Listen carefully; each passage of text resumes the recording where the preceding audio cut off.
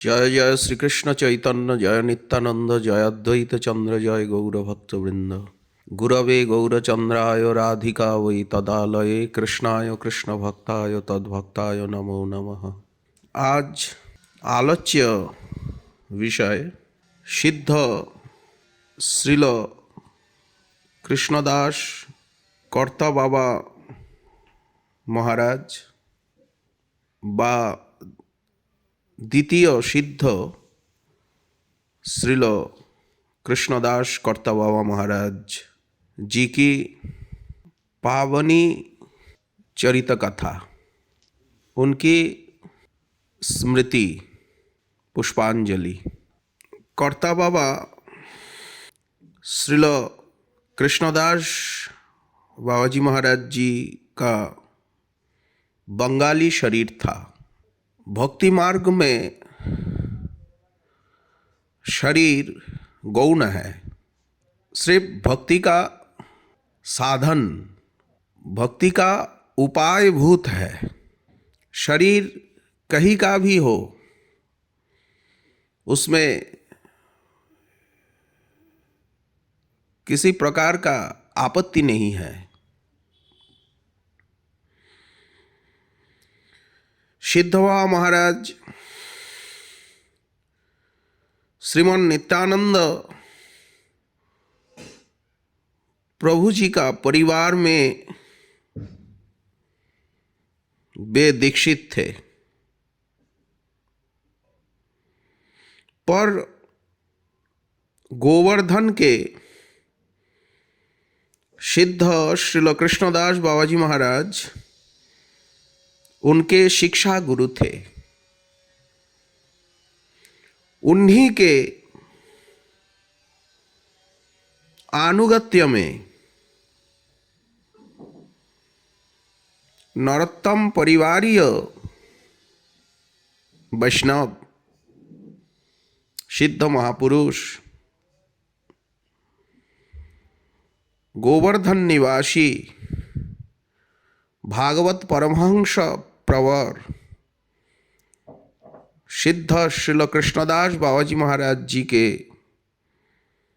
आनुगत्य में, अनुशासन में, सेवा में स्थित होकर भजन कर वे भी उन्हीं के समान सिद्ध हो गए थे।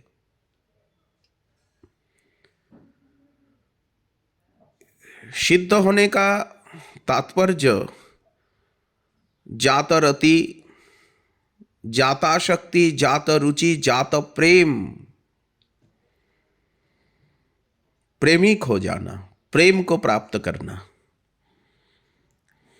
भगवत साक्षात्कार को प्राप्त करना, अविच्छिन्न मनोगति को प्राप्त करना।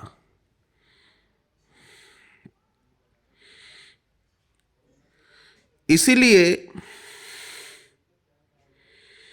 बाबा भी गोवर्धन में मानसी गंगा के किनारे सनातन गोस्वामी पाद जी की भजन कुटी के निकट अपना स्थान में रहकर वे भजन करते थे। उनका जीवन काल का अधिकाधिक समय गोवर्धन में मानसी गंगा जी का तट पर अपनी भजन कुटी में ही व्यतीत हुआ। जिस स्थान में रह करके वे भजन करते थे, आज भी वह स्थान सिद्ध कृष्णदास कर्ता बाबा की ठोर के नाम से प्रसिद्ध है। आज भी उनका भजनासन और गिरिराज जी का आसन,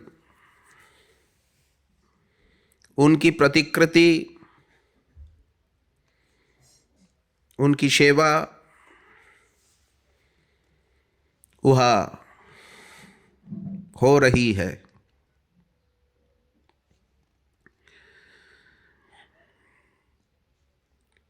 उन्हें कर्ता बाबा इसीलिए कहते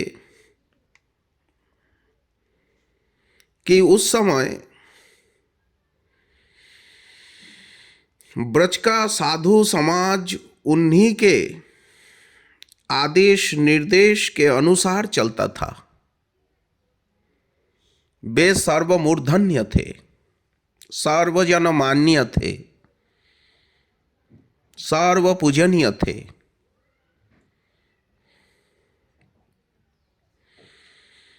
पर उन्हें गुटिका वाले बाबा के नाम से लोग अधिक जानते हैं, क्योंकि सिद्ध श्रील कृष्णदास बाबा जी महाराज ने साधकों को व साधकों के लिए श्री कृष्ण की अष्टकालीन लीला स्मरण के लिए जिस संस्कृत गुटिका का निर्माण किया था, भावनासार संग्रह, गौर गोविंद अर्चन पद्धति, साधनामृत चंद्रिका,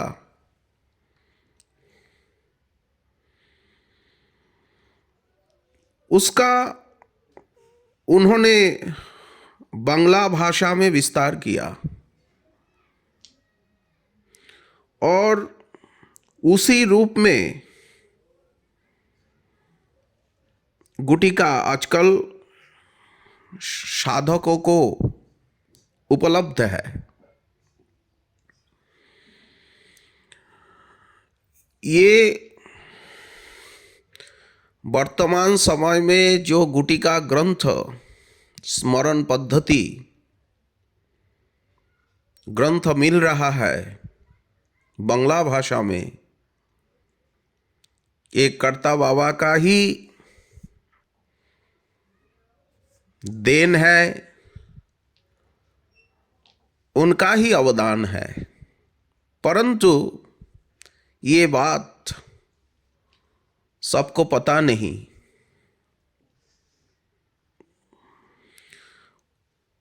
उन्हीं सज्जनों को, उन सज्जनों को ही ये बात पता है जिन्होंने कर्ता बाबा के विषय में कुछ सुने हैं, कुछ अध्ययन किए हैं। बाबा 104 वर्ष तक इस लोक में विराजमान रहे, दीर्घायु थे, परंतु उन्होंने अपनी लंबी आयु का एक क्षण भी व्यर्थ नहीं जाने दिया। अव्यर्थ कालत्य जो परिपक्व साधक और जात भाव भक्तों का लक्षण है। सदा तन मन से भगवत सेवा और साधु सेवा में, भगवत सेवा संत सेवा, भगवदीय सेवा, भगवत सेवा भागवत सेवा, भगवदीय सेवा में संलग्न रहकर भक्तों के लिए एक आदर्श उपस्थित किया। ये किस प्रकार भजन करना चाहिए, साधन प्रयास करना चाहिए। स्वयं अपने लिए उन्होंने अपने समय का कम से कम उपयोग किया। द्रव्य का भी, अपने लिए कम से कम उपयोग हो, समय का और द्रव्य का, शक्ति का। अपने लिए उनके पास इतना भी समय ना रहता कि वे नित्य माधुकुरी को जाते। वे 2-3 दिनों में एक दिन माधुकुरी को जाते। देखिए किसको वितराग संत कहते, त्यागी महात्यागी संत कहते। कोई रसोई बासोई, कोई चौका चूल्हा है ही नहीं, सिर्फ ब्रजवासी ब्राह्मणों के घर से माधुकुरी करके लाना, सो भी समय नहीं है। 2-3 दिन बाद माधुकुरी में जाते और उसी से कई दिन का काम चला लेते। भगवत सेवा के उपरांत उनके पास जो समय बचता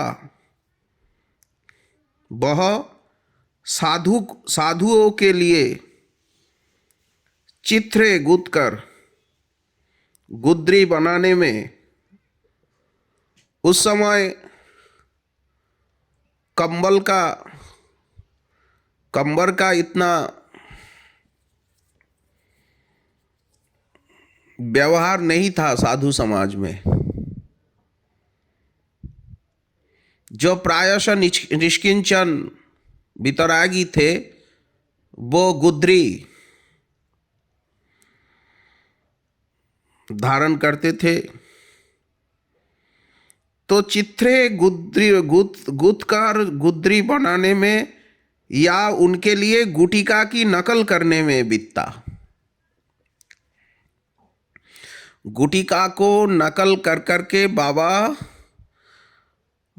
भजनानंदियों को देते थे। पर शरीर से बाहर के किसी काम में लगे रहे, शरीर से बाहर के किसी काम में लगे रहते हुए भी वे मन से सर्वदा के लिए राधा माधव की अष्टकालीन जो मानसिकी सेवा, जो महाप्रभु जी का आदेश है और रागानुगा भक्ति का मूलभूत आधारभूत सिद्धांत है, रहस्य है, मानसिकी सेवा नहीं होने से पूर्णतया रागानुगा भक्ति व ब्रज भक्ति नहीं कहलाएगी उसी भक्ति को। और विरक्त संतों के लिए मानसिकी सेवा ही प्रधान है। इनको छोड़ना नहीं और गौण भी करना नहीं और मानसिकी सेवा में विश्वास का भी कमी नहीं होना चाहिए। इसीलिए वे मौन से श्री श्री राधा माधव वृंदावन विहारिणी श्री वृंदावन विहारी की अष्टकालीन अष्टजामिक मानसिकी सेवा में सदैव तल्लीन रहते। सबको यहाँ आना पड़ेगा इस भजन में, नहीं तो ब्रज प्रेम वृंदावनीय रसोपासना की सिद्धि होगी नहीं।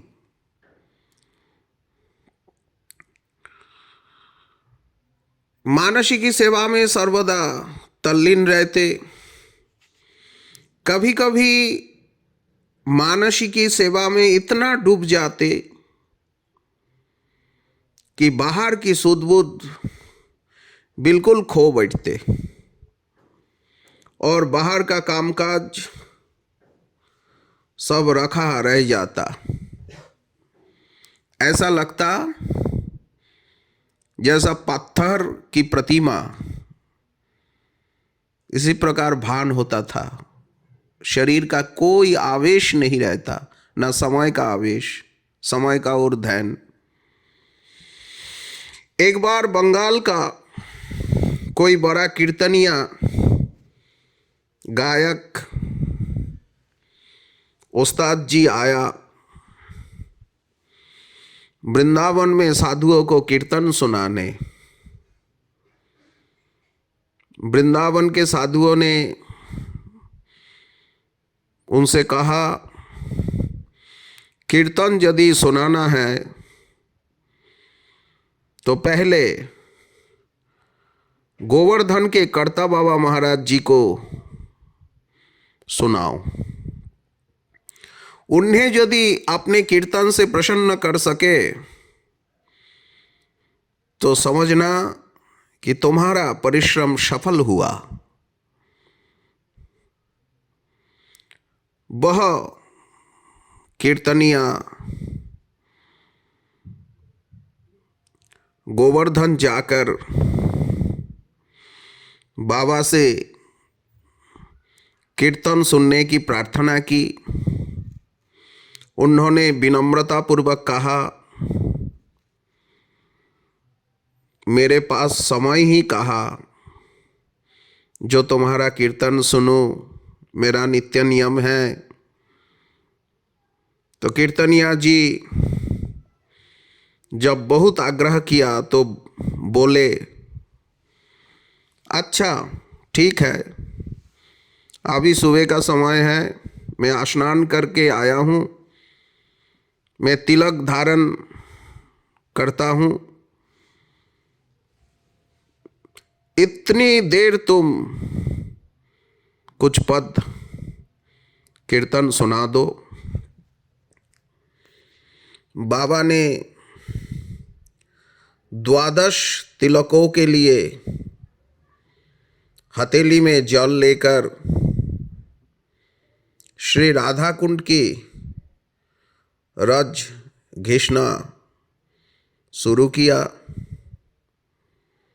और कीर्तनिया ने अपना कीर्तन भी प्रारंभ किया। कीर्तन का विषय था श्री श्री प्रियालाल जी का प्रथम मिलन प्रकट लीला में। नित्य लीला में मिलन तो नित्य ही है, लेकिन प्रकट लीला में भागवत जी जिस लीला का वर्णन कर रहे हैं, भागवतम में जिसी लीला मिलती है, उनका अनुसार श्री श्री राधा माधव प्रिया प्रीतम वृंदावन बिहारी नहीं, वृंदावन बिहारी लाल जी का क्रम लीला में, प्रकट लीला में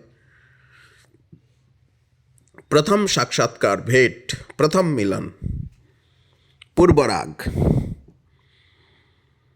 रसशास्त्र में इसको पूर्वराग कहते रसिक जन। उस समय प्रातः के 8 बजे थे जब कीर्तनिया कीर्तन प्रारंभ किया। कीर्तन प्रारंभ हुआ प्रातः के 8 बजे और कीर्तन 4 बजे तक चलता रहा। शाम 4 बजे तक बाबा मानसिक रूप से श्री श्री राधा माधव के प्रथम मिलन की लीला का दर्शन करते हुए उसमें इतना डूब गए कि बेबराबर हथेली में तिलक जल लेकर द्वादशांग में तिलक के लिए रज घिसते ही रहे। उनका हाथ कभी रुक जाता, कभी चलने लगता। कीर्तन समाप्त हो गया पर उनका तिलक करना बाकी रहा। देखिए आवेश, अविच्छिन्न मनोगति, इन्हीं को ही भक्ति का लक्षण कहा जाता है। ऐसा आवेश हो श्रवण में, कीर्तन में, स्मरण में, ऐसा आवेश हो।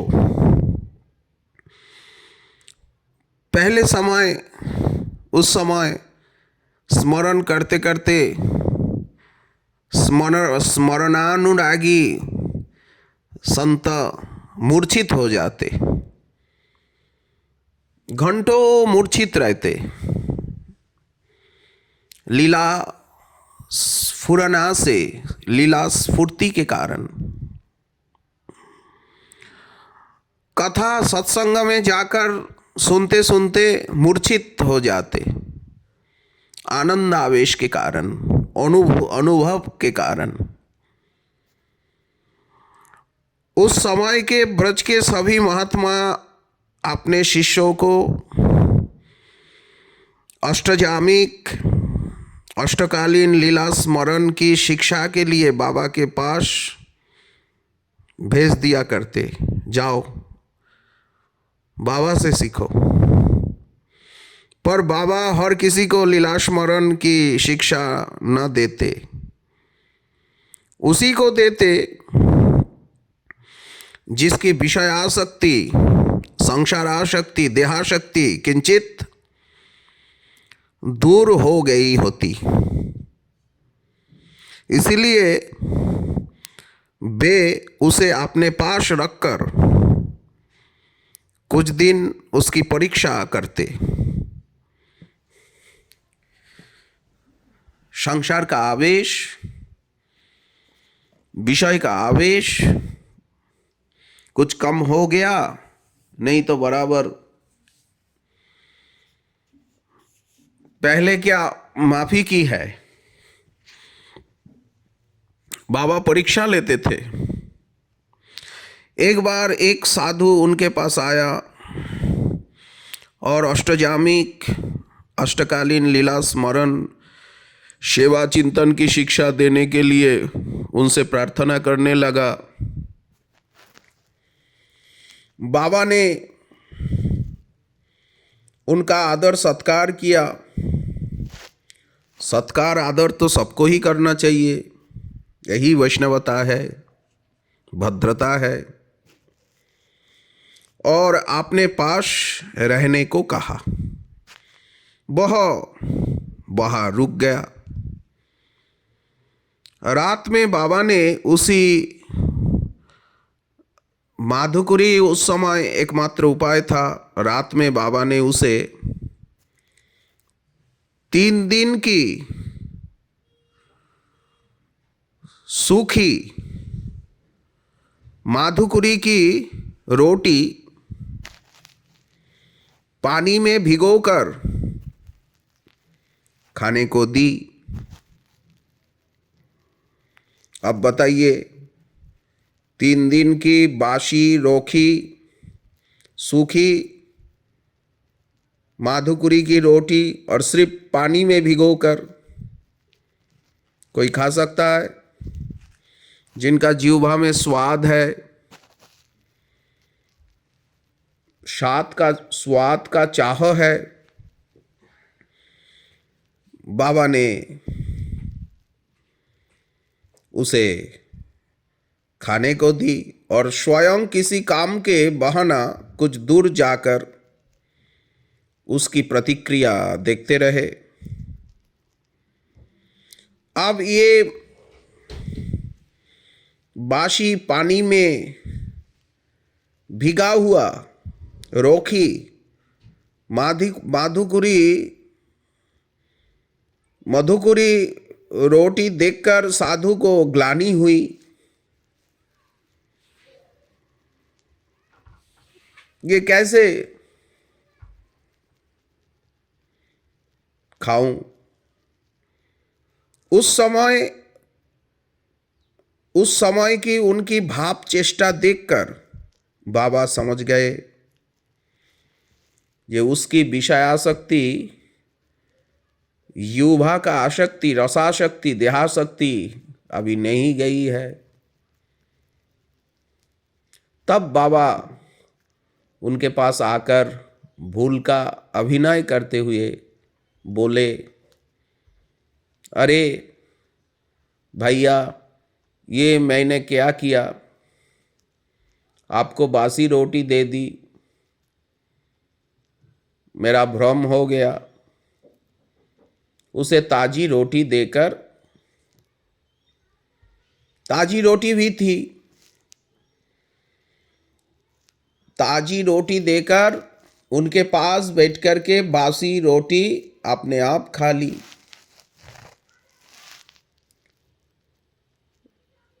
ऐसा कई दिन बीतने पर बाबा बोले, थोड़ा दिन बाद बाबा बोले, अभी आपका जीवा का लोभ नहीं गया। मनुष्य का जब तक सांसारिक विषयों में लोभ बना रहता है, वह रागानुगा भजन का अधिकारी नहीं होता पूर्णतया। ये निकुंज रसोपासना में रहस्यमयी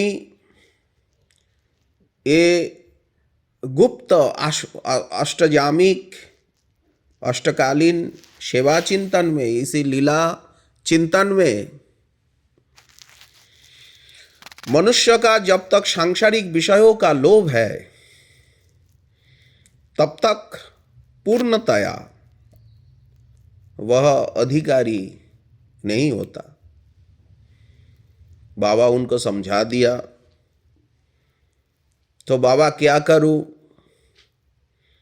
अभी आप वैधि भक्ति की साधना करते रहे, करते करते जब आपकी बाह्य साधनांग आप ठीक से करते रहे, हरि कथा में मन दीजिए, हरि नाम में मन दीजिए, संत सेवा भगवत सेवा में मन दीजिए, करते करते जब आपकी विषयों से आसक्ति जाती रहे, तभी मेरे पास आए और ये रस रहस्य उपासना, विशेषतया मधुर रस की, ये जो रागानुगा भजन की शिक्षा, तब आप प्राप्त कर पाएंगे। रागानुगा भजन शिक्षा के लिए तभी मेरे पास आ पाए। देखिए उस समय का प्रशिक्षण किस प्रकार था। सबके लिए सब कुछ नहीं, ये भी एक विचार। गोवर्धन के सिद्ध कृष्णदास बाबा महाराज के धाम पधरने के पश्चात करता बाबा श्री राधा कुंड चले गए। 10-12 वर्ष वहां नूतन घेरे में रह करके वही समाधि ली। नित्य लीला में उनका प्रवेश राधा कुंड तट पर ही हुआ। एक बार राधा कुंड के ब्रजवासियों और वहाँ के साधु संतों में कुंड को लेकर एक विवाद छिड़ गया। कुंड किसका है? साधु संत कहते ये राधा कुंड श्याम कुंड प्रिया प्रियतम के है, साक्षात प्रिया प्रियतम का ही, प्रियालाल का ही स्वरूप है। हम लोग सेवक है और हमारे जीवन धन श्रीमान महाप्रभु नदिया बिहारी गौर हरि श्री कृष्ण चैतन्य महाप्रभु जी ने ही दोनों कुंडों को प्रकट किया। उनके प्रिय पार्षद परिकर श्री रूप गोस्वामी, सनातन गोस्वामी जी, रघुनाथ दास गोस्वामी जी, जीव गोस्वामी जी, इन दोनों कुंडों का और चारों ओर का जो जमीन है, उन्होंने श्रीपाद रघुनाथ दास गोस्वामी जी ने उस समय का जागीरदारों से ये सब जमीन खरीद करके साधुओं को भजन के लिए उन्होंने ये सुंदर रूप दिया। अनेकानेक कुटिया बनवाकर, बाग बगीचा बनाकर राधा कुंड को सब अलंकृत किया। उस समय का बेनामा आज भी है, पट्टा आज भी है। तो इसीलिए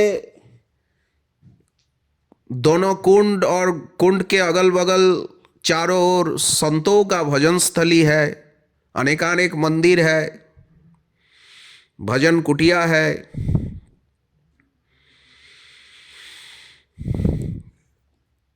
अतः ये सब भजन कुटीर, घेरे, मंदिर और दोनों कुंडों का जो सत्ता सामित्य महात्माओं का है, इसका प्रमाण भी है। 500 साल से परंपरा भी चली आ रही है, समाज भी है यह साधु समाज। परंतु ब्रजवासियों का कहना है हम लोग यहाँ का है और इन साधु संतों तो परदेशी है, बंगाली है, उड़िया है, आसामी है, मणिपुरी है, ये तो बाहर से आए हैं, कोई लखनऊ से आए हैं, कोई दिल्ली से आए हैं, कोई बिहार से आए हैं, और हम लोग तो यहाँ के हैं, हम ब्रजवासी हैं। और भगवान ब्रजवासी को इतना सम्मान करते हैं और भागवत जी में ब्रजवासी का इतना महिमा है। अतः ये धाम हमारा है, राधा कुंड श्याम कुंड हमारा है, हमारे है, तुम लोग परदेशी हो। ये बात को लेकर विवाद छिड़ गया। ब्रजवासियों ने अपने मत में अडिग रहे। ब्रजवासियों ने कहा हम किसी साधु को कुंड का जल स्पर्श नहीं करने देंगे।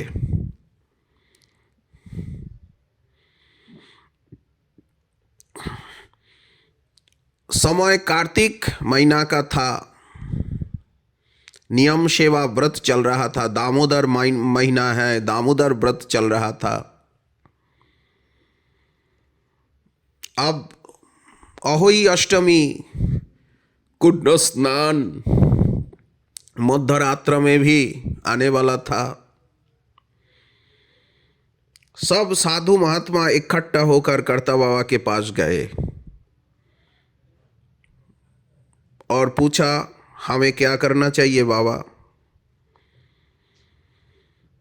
बाबा ने कहा हम ब्रजवासियों से झगड़ा क्यों करें, ब्रजवासी तो हमारे पूज्य है। राधा रानी की, श्री वृंदावनेश्वरी, श्री कुंडेश्वरी हमारी स्वामिनी जी, प्राणेश्वरी जी की, निकुंजेश्वरी जी की इच्छा नहीं है कि हम कुंड का स्पर्श करें, कुंड में स्नान करें, आचमन करें। तो नहीं करेंगे। अगर स्वामिनी जी की इच्छा, किशोरी जी वृंदावनेश्वरी की, निकुंजेश्वरी की इच्छा, रसेश्वरी राशेश्वरी की इच्छा नहीं है तो हम नहीं करेंगे। साधुओं ने बाबा की आज्ञा मान ली। अब दामोदर महीना, कार्तिक कृष्ण अष्टमी को राधा कुंड के स्नान का विशेष महत्व है। अहोई अष्टमी की रात्रि थी। उस दिन राधा कुंड के जल के लिए बाबा को भी मन मचल पड़ा। वे कुंड के तीर पर श्रील रघुनाथ दास गोस्वामी जी की समाधि मंदिर के पास जाकर राधा रानी से प्रार्थना करने लगे, हे करुणामयी, हे वृंदावनेश्वरी, हे स्वामिनी जी, हे राशेश्वरी रसेश्वरी, हे निकुंजेश्वरी, हे श्रीकुंडेश्वरी, हमारी प्राणेश्वरी, आत्मेश्वरी, हमारे किस अपराध के कारण ही, हमारे किसी अपराध के कारण ही तुमने कुंड के स्नान से हमें वंचित कर रखा है। जरूर किसी अपराध के कारण ही, नहीं तो ऐसा होना उचित नहीं। इसमें तुम्हारा क्या दोष? दोष तो हमारे है ना। पर आज यदि कृपया एक चुल्लू कुंड का जल किसी प्रकार मिल जाए तो मैं अपने मस्तक पर उसका छींटा देकर ही कृतार्थ हो जाता। स्वामिनी जी कृपा कीजिए, अपराध क्षमा कीजिए। सब संत महात्मा कर्ता बाबा के साथ थे। स्नान का समय भी हो गया। कुछ देर बाद कुंजेरा गांव के 40-50 ब्रजवासी आए, पहलवान सब। उनके हाथ में लाठी थी। लाठियां कुंड के तीर पर रख कर वे कपड़े उतार कर स्नान करने की तैयारी करने लगे। सभी महात्माओं को उदास बैठा देख उनमें से एक ने कहा, बाबा आप लोग उदास क्यों बैठे हो? यहाँ चुपचाप क्यों बैठे हो? चंद्रोदय हो गए हो, स्नान नहीं करोगे क्या? स्नान नहीं करोगे? बाबा ने कहा, हमारे भाग में स्नान कहा। तुम यदि एक चुल्लू जल ला दो तो बड़ी कृपा होगी। क्यों बाबा ऐसा क्यों कह रहा है? स्नान क्यों नहीं करोगे? उसने पूछा। बाबा ने तब राधा कुंड के ब्रजवासियों से साधुओं के ये जो झगड़े की बात कह सुनाई। तब कुंजरा के सारे कंजर ब्रजवासी मिलकर क्रुद्ध हो एक स्वर से बोले, देखे तुम्हें संतों को कौन रोकता है स्नान करने से? कौन रोकता है स्नान करने से? हम सब देख लेंगे। और बाबा को उनके माना करने पर भी जबरदस्ती, बाबा तो वृद्ध थे ही, बाबा को जबरदस्ती पकड़ करके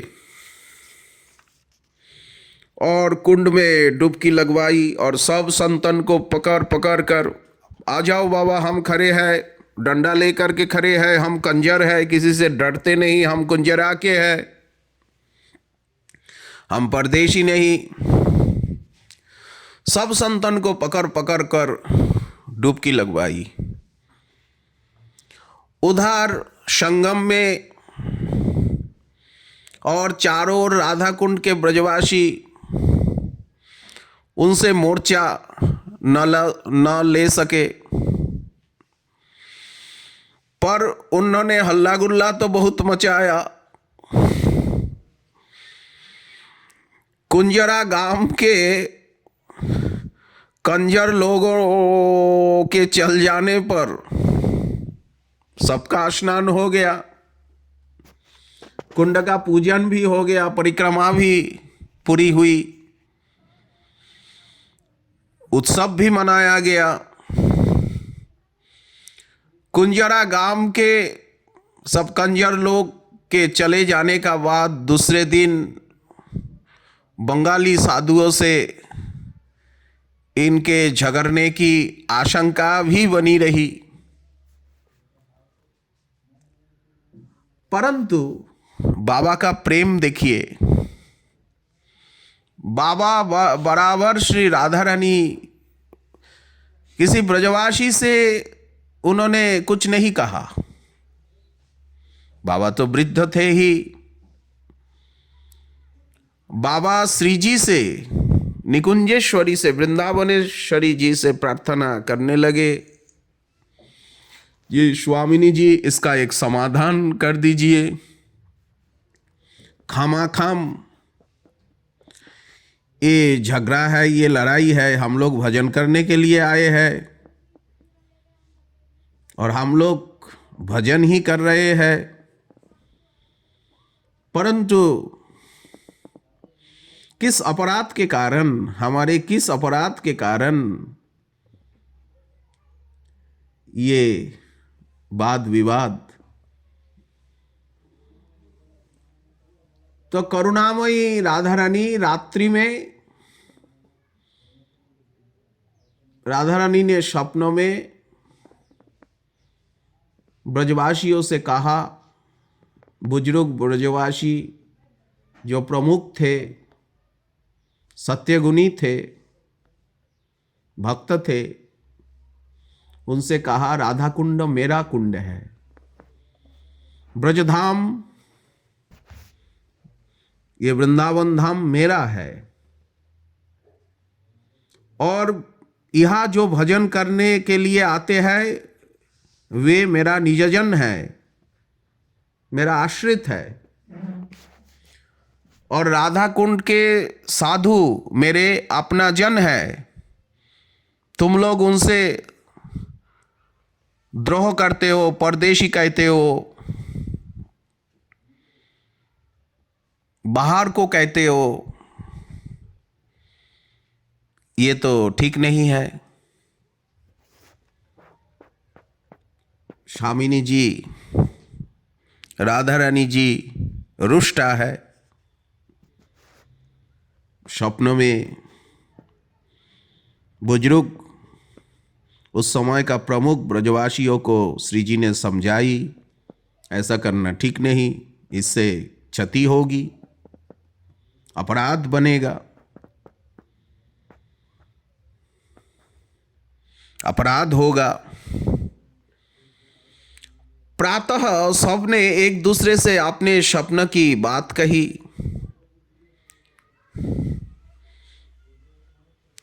उनने ये समझने में देर न लगी कि उन्होंने साधु महात्माओं और राधा रानी के चरणों में अपराध किया है। किसी को ऐसा कहना कि यहाँ रहना नहीं, यहाँ रहने नहीं दूंगा, बा कुंड में स्नान में बाधा डालना और कुंड को मेरा कुंड कह करके दबाव सृष्टि करना, असल में कुंड श्री जी का है। रघुनाथ दास गोस्वामी पाद जी कुंड का सेवक है। जीव गोस्वामी जी, रूप गोस्वामी जी, सनातन गोस्वामी जी, ये तो नित्य सिद्ध आचार्य है, रसिकों का शिरोमोर है। उन सभी आचार्यों की कृपा का देन है ये लीलास्थली। लीलास्थली का संरक्षण, लीलास्थली का विकास, विन्यास, इनकी पवित्रता सिर्फ साधन के लिए और साधकों के लिए ही तो लीलास्थली है। लीलाधाम का उद्देश्य वज्रनाभ जी ने लीलास्थली को उद्धार करके लीलास्थली को भजनोपयोगी, साधनोपयोगी बनाया। गर्ग संहिता में इसका प्रमाण है, स्कंद पुराण में प्रमाण है। तो बाबा ने सबको समझाया। देखिए स्कंद पुराण में क्या लिखा है, गर्ग संहिता जी में क्या लिखा है, चैतन्य चरितामृतम में क्या लिखा है, ब्रज का साहित्य में क्या लिखा है। तो सब ने समझ गए। जे साधु महात्माओं और जो तीर्थ यात्री यहाँ आते हैं उनके साथ उनके प्रति सद्भावना, सद्व्यवहार करना ही उचित है। नहीं तो अपराध दोष हमें लगेगा और दंड भी मिलेगा। रोग, शोक, दारिद्र, अपमान रूपी दंड भी आएगा ऊपर से, मृत्यु तक।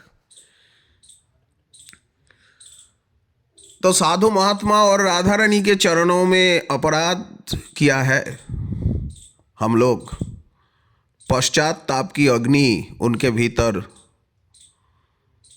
सुलगने लगी। सब मिलकर के उन्होंने कर्ता बाबा के पास जाकर कहा, बाबा क्षमा कीजिए। उनसे क्षमा मांगी और परदेशी महात्माओं के प्रति, विशेषतया बंगाली महात्माओं के प्रति द्रोह रखना बंद कर दिया। अवस्था स्वाभाविक हो गई।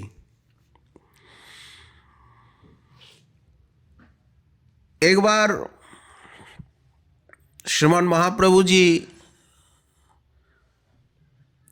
श्री गौर हरि श्री कृष्ण चैतन्य महाप्रभु जी की उपासना को लेकर के भी संप्रदाय में विवाद चारों ओर फैल गया था। आपस में गौर मंत्र लेकर बाबा ने इसका भी समाधान किया। तो इस प्रकार उस समय जो जो समस्याएं आती थी, बाबा सबको निराकरण और समाधान करते थे और मार्गदर्शन भी करवाते थे। श्री जी से प्रार्थना करके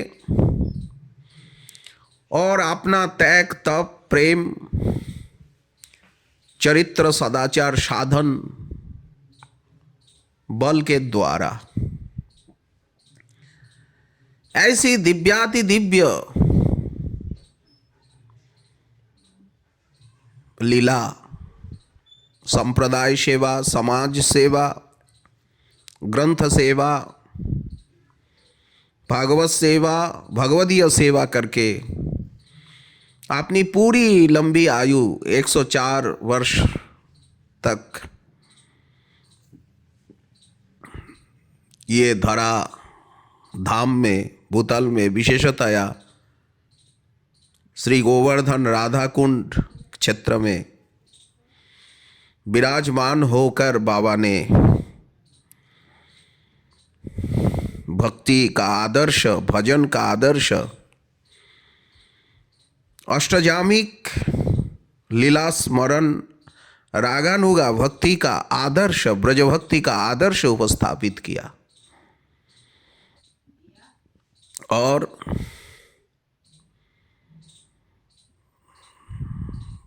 पुष महीना का ये जो शुक्ला पुत्रदा एकादशी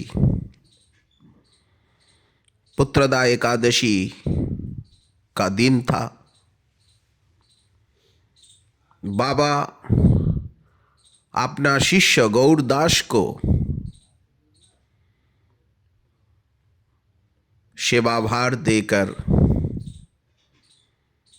उन्होंने भगवान नाम, राधा नाम और राधा रानी का चरण चिंतन करते हुए नित्य लीला में सहेली, सहचरी, खवाशी और मंजरी रूप में सेवा में पहुंच गए। निकुंज में ब्रजरज प्राप्ति हुई। सब महात्मा शोकाकुल हुए। उस समय बाबा राधा कुंड में नूतन घेरा में ही विराज रहे थे। राधा कुंड शिवाखोर श्मशान में ही बाबा का अंतिम संस्कार कार्य संपन्न हुआ। विशाल उत्सव भी किया गया और बाबा का चिन्मय देहावशेष को लेकर नूतन घेरा में उनके भजन कुटीर में ही समाधि मंदिर बनाया गया। उनका एवं उनके शिष्य गौरदास जी का समाधि आज भी नूतन घेरा में है, बाबा का भजन कुटीर। और मंदिर श्री राधा मदन गोपाल देव जी विराजमान है। आज भी उनकी सेवा चाप से हो रही है। सेवा भी उज्जवल है। उत्सव महोत्सव संत सेवा होता भी रहता है।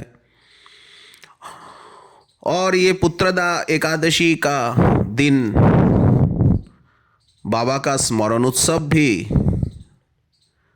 एकादशी का दिन नाम संकीर्तन होता है, पूर्व दिन अधिवास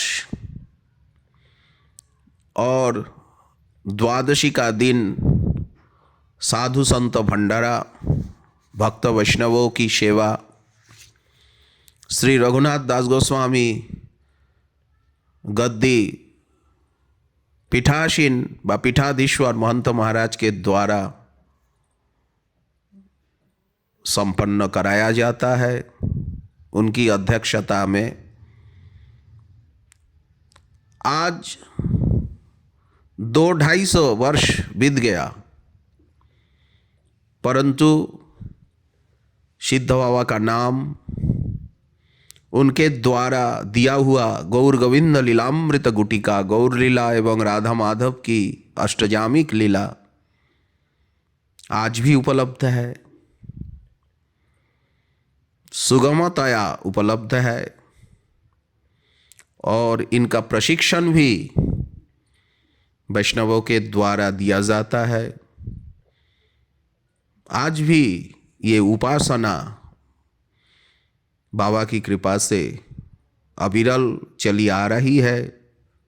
वृंदावन धाम में, गोवर्धन में, राधा कुंड में, बरसाने में आज भी संत बाबा के द्वारा दिखाई हुई जो पद्धति, जो विधि, उनको अपनाते और बाबा की कृपा से नित्य लीला की अनुभूति, स्फूर्ति को भी प्राप्त करते।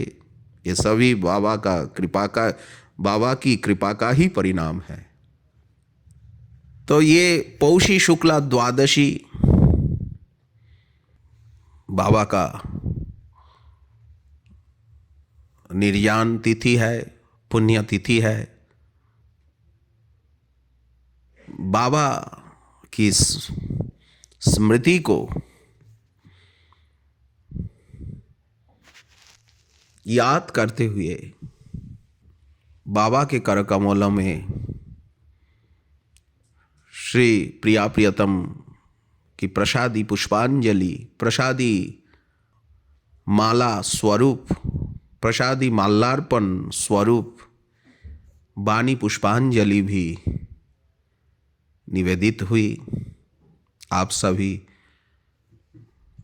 सभी की कृपा प्राप्त करना ही हमारा एकमात्र लक्ष्य है। सबको नमन, सबको वंदन। सर्वे भवन्तु सुखिनः, सर्वे सन्तु निरामयाः, सर्वे भद्राणि पश्यन्तु, मा कश्चित् दुःख भाग भवेत्। सबको नमन, सबको वंदन, आभार व्यक्त करते हुए